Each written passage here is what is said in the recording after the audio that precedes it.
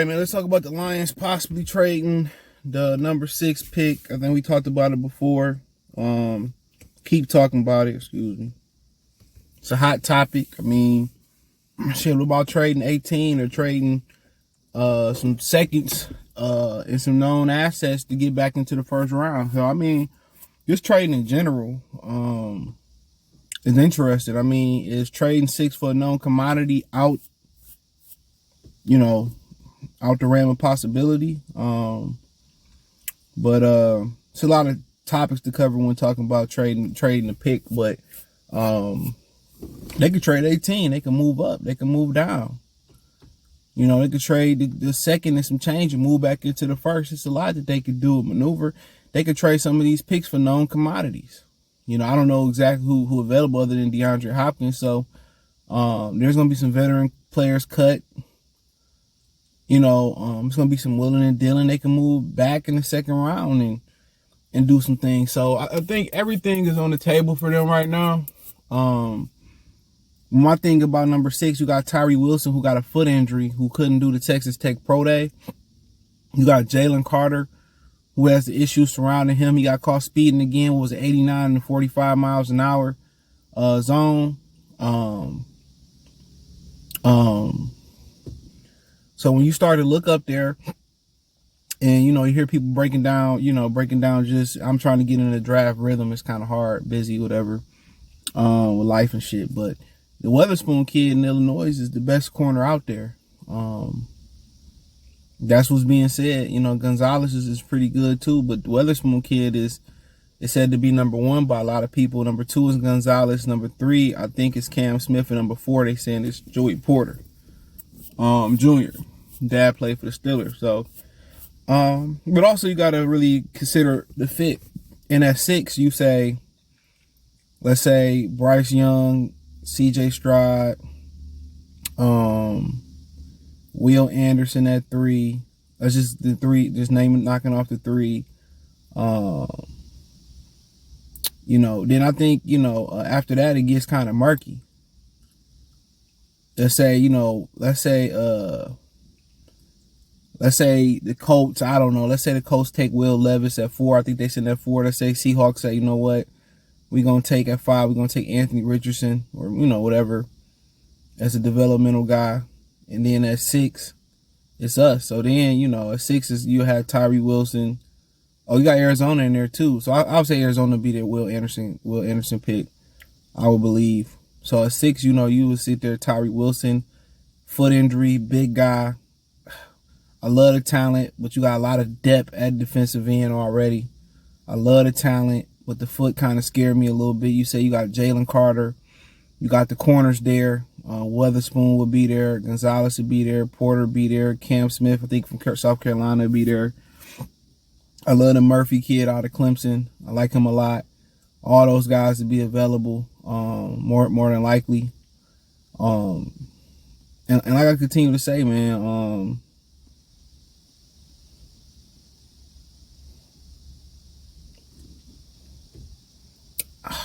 I mean, if I can trade, I say this, if I can trade and get that Jeffrey Simons guy from Tennessee, I think that's the way I would prefer to go. And I would prefer to just pay him now and just feel that right then and there. I would prefer to do that. And if I can do that without trading a first round pick, about, let's say whatever, you give up 18 to get him, then at 6, I would say I would probably look to move down. But if I'm at 6 and it's the best player available, for me, just looking at you add Tyree Wilson and Aiden Hutchinson and a 2 interior line, and something like that, I would like to see that. It'd be enticing also to get the kid from Pitt and pair him with Simons on the inside. It'd be some interesting combinations that you can think of, but at that point, I'm going to get the cornerback that I feel. At that point, I'm going if I like a nice amount of corners and they all on my board and they solid and they I got them ranked high. I wouldn't mind moving back and taking one. But I got if Weatherspoon is a hair above Gonzalez for what we do, and if Gonzalez is a hair or more above Weatherspoon and Cam Smith and Joey Porter Jr. for what we do, I think I just go ahead and take the best available corner at that situation, and I will walk away with Jeffrey Simons, paying him, and I will walk away with the best corner on the board. The Lions are going to need a number one corner. I don't believe Cam Sutton is a number one corner. I don't think Emmanuel Mosley is a number one corner. I don't think Jeff Okudah is a number one corner. I don't think Jerry J. They need the Examundo number one. Doesn't necessarily mean he has to be the number one guy next year, but eventually you want to groom him into being a superstar. And at that point, now if they all pretty much, bundled together and I can move down a couple picks and still get one I like, then yeah, I would do that. But, in the same world where you saying, well, it's no Simons, you got to stand pick. It has to decide between the prospects that'll be there or we think will be there. My thing is this: what about moving up? If I really like Will Anderson that much, what about moving up 3 spots to Arizona to get him? If I really like somebody, Will Anderson or whatever, what about saying I got a second? We got a second and the 6th to move up. And thinking about moving up and getting them, I think that might be something if you really, really like them a lot.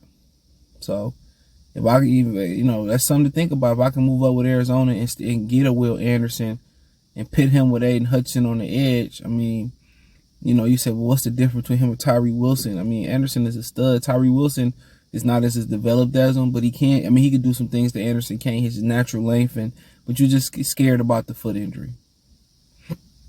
But, so moving up is not the possibility. I mean, what if, they really like Bryce Young, he slides the slide? I doubt it.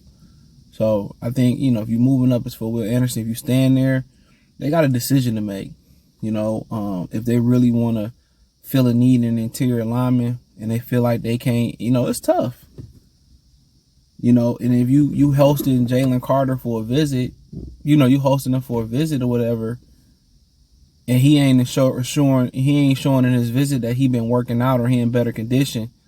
I think unless he there at a value pick, 18 the second round, I think I stay away from him. If he visit and he ain't in good shape and he's still heavy, I stay away from that. Now if he getting his wind together, he getting his weight down, whatever when he visit, then yeah.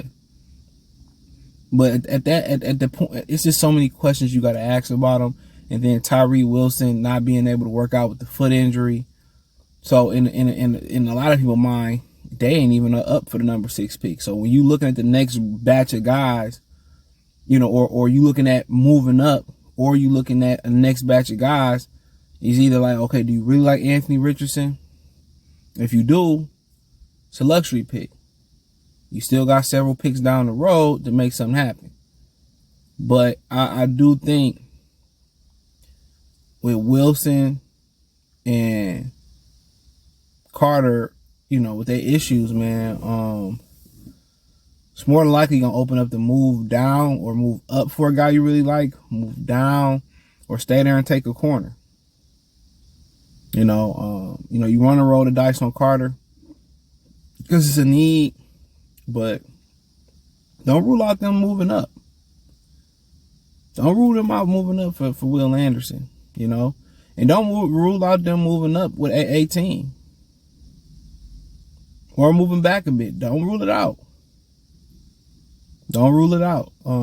But it's a lot of questions to be answered about the 2 guys that's going to be there. You figure it's probably going to be 4 quarterbacks to go before we get there. If one gonna slide, it's probably Levis. But you're probably thinking Bryce, Stroud, Richardson, and possibly Levis are probably gonna be the 4. So that leaves 2. They lose 1 pick before they get to us. More than likely, that 1 pick gonna be Will Anderson in Arizona. Do you go out there and you try to get a Will Anderson, Adam? Are you happy with you guys' defensive end position? So no Wilson, no Anderson at 6. So then you just basically looking at Carter, Murphy from Clemson, and you probably looking at the corners or moving back and getting value. So It's a lot of questions to be answered, bro.